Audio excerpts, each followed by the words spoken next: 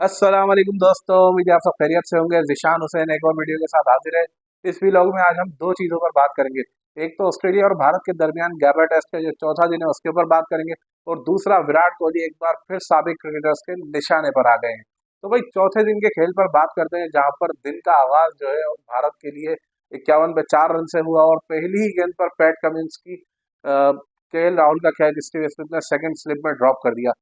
जब ये catch drop हुआ मुझे तभी अंदाजा हो गया था कि कम से कम भारत के साथ आज थोड़ी किस्मत है, और ये दिन शायद भारत के लिए बहुत अच्छा होगा।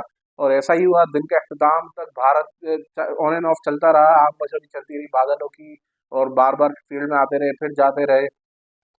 स्टार्ट तो आपको पता है कि बहुत अच्छा नहीं था। 51 पे 4 से जब शुरू किया तो रोहित शर्मा 75 रन पर विकेट गंवा के चले गए। बहुत ही खराब फॉर्म से गुजर रहे हैं इस वक्त, और टेस्ट क्रिकेट में तो बिल्कुल उनसे रन बन ही नहीं पा रहे। और जिस तरह उन्हें अभी पिछले दिनों एक साउथ अफ्रीका के साबिक क्रिकेटर ने तनकीद का निशाना बनाया था कि उनको फ्लैट ट्रैक बुली बोला था, मोटे बोला था, भद्दे बोला था, लॉन्ग टर्म क्रिकेटर नहीं बोला था।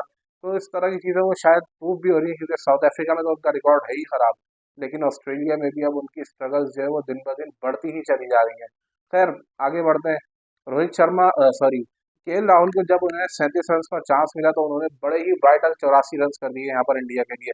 और उसके बाद जो उनके साथ जडेजा के साथ उनकी शराकत लगी 67 रन की, वो भी बड़ी ही वाइटल थी, क्योंकि उस पीरियड में जो है भारत ने रन भी थोड़े कवर किए, और उन्हें एक उम्मीद जाग गई कि भाई वो कम से कम फॉलो ऑन को अवॉइड करने में कामयाब हो गए। लेकिन केएल राहुल की विकेट गिरी, 84 रन बनाकर वो आउट हुए नेथन लाइन की बॉल पर। उसके बाद जडेजा का काउंटर अटैक चलता रहा, थोड़ी थोड़ी मुजाहिमत की नीचे से टेल ने आकर। लेकिन 213 रन पर जब पैट कमिंस ने बाउंस आउट करके जडेजा को भी आउट करवा दिया, उस वक्त 33 रन बाकी थे फॉलो ऑन अवॉइड करने के लिए, और सबका यही ख्याल था कि अब शायद भारत के लिए खासा मुश्किल होगा इस फॉलो ऑन को अवॉइड करना, क्योंकि लास्ट के 10वें और 11वें नंबर के बैट्समैन हैं उनसे इतनी ज़्यादा उम्मीद नहीं की जाती कि वो आके बिल्कुल एक कॉम्पैक्ट अंदाज में बैटिंग करेंगे, और 33-34 रन से आखिर में ये आके उसको उतार देंगे। लेकिन जसप्रीत बुमराह और आकाशदीप की तारीफ करनी पड़ेगी। दोनों ही बल्लेबाजों ने बेसिकली बॉलर्स, लेकिन दोनों ही बल्लेबाजों ने बड़ी कमाल की बैटिंग की। दिन के अख्ताम तक जसप्रीत बुमराह की जो कंट्रोल परसेंटेज थी वो 86%, लेकिन आकाशदीप की उनसे भी ज़्यादा, वो 11वें नंबर पर बैटिंग करने आए और 90% कंट्रोल के साथ उन्होंने बैटिंग की। कितनी ज़बरदस्त उन्होंने बल्लेबाजी की, 27 रन की 31 गेंदों पे, और इंडिया को फॉलो ऑन से बचाया, और ऊपर से रन भी बना दिए। भारत को बर्तरी भी मिल गई है, 206 बर्तरी में कह रहा हूँ, सॉरी, 246 रन को अवॉइड करने से फॉलो ऑन के, लेकिन अब 252 रन हो चुके हैं।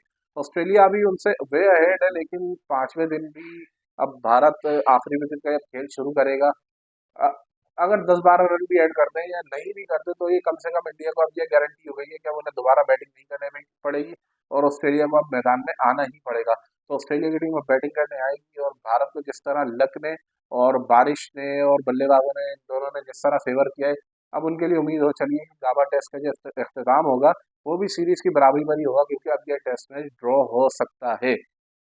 अच्छा जी, एक और बात मैंने आपसे की थी कि विराट कोहली के ऊपर बाहर जाती हुई गेंद की छेड़छाड़, उसके ऊपर तनकीद दोबारा शुरू हो गई है। साबिक क्रिकेटर्स ने उनको एक बार फिर निशाने में ले लिया है। तो भारत के जो साबिक क्रिकेटर हैं दीप दास गुप्ता, उन्होंने तो यहाँ तक कह दिया कि विराट कोहली के साथ कोई तकनीकी मसला नहीं है, बल्कि उनका मेंटली जहनी तौर पर थोड़ा मसला है, जिसकी वजह से बार बार बाहर की गेंद को चेस करने चले जाते हैं और अपनी विकेट थ्रो कर देते हैं। सुनील गावस्कर, लेजेंडरी सुनील गावस्कर ने भी विराट कोहली को मशवरा भी दिया है और साथ में तनकीद भी की है। गावस्कर ने कहा है कि जिस गेंद पर विराट कोहली आउट हुए वो विकेटों से काफी बाहर थी, और अगर उसको नहीं भी खेलने जाते तो कम से कम उसको अगर लीव कर दे तो अपनी विकेट ना गवाते। उन्होंने ये कहा कि विराट कोहली जो है हर गेंद को चेस करने चले जाते हैं जो भी ऑफ स्टंप के बाहर होती है।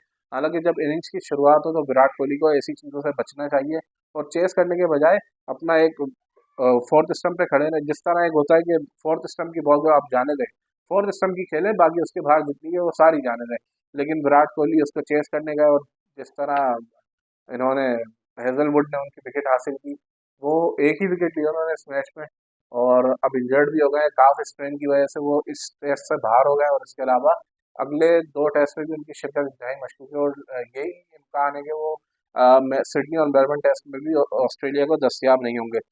गवास्कर ने कहा है कि भाई कोहली को तेंदुलकर से सीखना सीखना चाहिए, जिस तरह वो बाहर की गेंद को छोड़ दिया करते थे, और जब सेट हो जाते थे, सेट हो जाने के बाद ऑस्ट्रेलिया की क्लास लेते थे और रन्स के अंबार लगाते थे। तो गावस्कर की एडवाइस बिल्कुल ठीक है। विराट कोहली को चाहिए कि भाई वो अपने, यार वैसे तो वो इतना बड़ा खिलाड़ी है कि हमारी एडवाइस तो कोई मायने ही नहीं रखती उसके आगे, लेकिन जब सुनील गावस्कर जैसा बंदा कह रहा है तो फिर उसको मद्देनजर रखकर विराट कोहली को अपने गेम को थोड़ा सा फोकस और करना चाहिए, क्योंकि बहुत बड़ा खिलाड़ी है भाई, इसकी बहुत ज़्यादा अचीवमेंट्स है और हम जैसे शायद लोगों को इनके ऊपर बात भी नहीं करनी चाहिए, लेकिन एक क्रिकेट के ऊपर हम शौक रखते हैं तो बस थोड़ी बहुत बात कर लेते हैं। विराट कोहली को भाई चाहिए कि वो इस तरह की छेड़छाड़ ना करें बाहर की गेंदों से, और वापस अपनी फॉर्म में आए यार, इनको देखने का अलग मजा आता है, ये खिलाड़ी बहुत बड़ा है। इस तरह से अगर इसकी करियर का अख्ताम होगा तो ये क्रिकेट के लिए भी अच्छा नहीं है और हम फैंस के लिए भी अच्छा नहीं है। अगली वीडियो में मुलाकात होगी, लाइक शेयर और सब्सक्राइब जरूर करें।